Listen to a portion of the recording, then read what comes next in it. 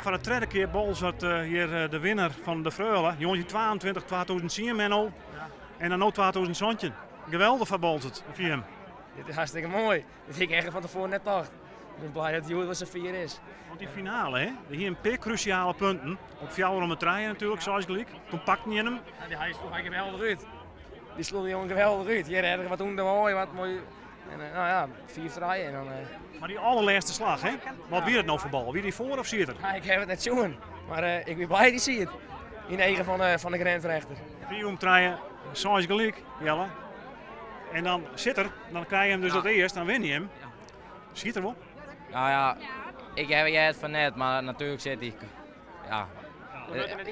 De lijnrechter bepaalt uiteindelijk, hè? Ja, daarom. Wat vond je van de finale? Ex-Morra hier fantastisch keert de hele dag. Ja. Ze lieken een beetje leeg. Ja, ik vond ze nog steeds wel goed keert. Ze zien weinig bal in de boeten, zien de bal er wel voor. Maar Menno die achterin fantastisch uitsloeg. Ja, het roen alweer. En Albert Veenstra lekker blessure, hè? Dat maakt natuurlijk wel een slok op een borrel. Dat is snel, hè? Ja, dat vond ik snel. Ja. Heel even naar Hitset. Ja, hallo. Nou, dit is even Sjen. Een klokje. Ja. Hoe is het om uit 12 van dit soort giganten te keertsen? Ja, dat is helemaal mooi.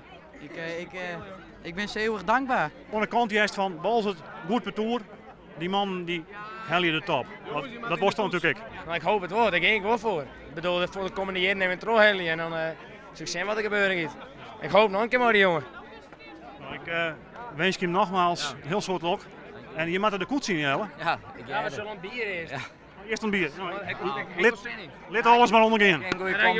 Succes. Succes.